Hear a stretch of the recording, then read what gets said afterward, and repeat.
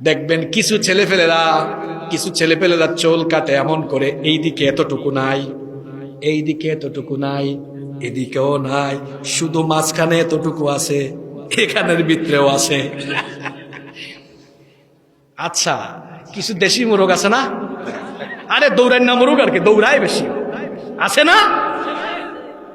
দেশি মোরগের মাথার উপরে কি একটা আছে দেখছেন নি? কালকে বগুড়ায় বললো তারা এটাকে জুট বলে, আপনারা কি বলেন? আর সিলেটে বসে চুট। কিছু ছেলে, আমি সিলেটি ভাষায় কিছু হইলাই, আপনারা তো রাগ করতে নাই, তোরা সিলেটি মাতিলাই, আমি না কিতা, আমি তো সিলেটি মানুষ। তো মাশাআল্লাহ। তো শোনেন, সিলেটে আমি বলি, সিলেটে অনেক সময় আপনারা ইউটিউবে হয়তো দেখেছেন, সিলেটে গেলে আমি সিলেটি ভাষায়ও মাঝে মাঝে মাহফিলে কথা বলি।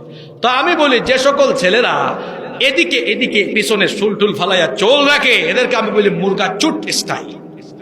কি স্টাইল? তুমি দেশি মুরগের মতো চুল রাখছো কেন?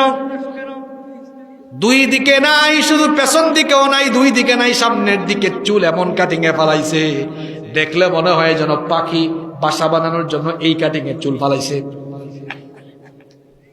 আবার কিছু ছেলেরা আছে মেসি কাটিং, নেইমার কাটিং, চুল ফালায়, তারপরে দেখা যায় চুলের মধ্যে চুলগুলোকে বাঁধা ফেলে, এটা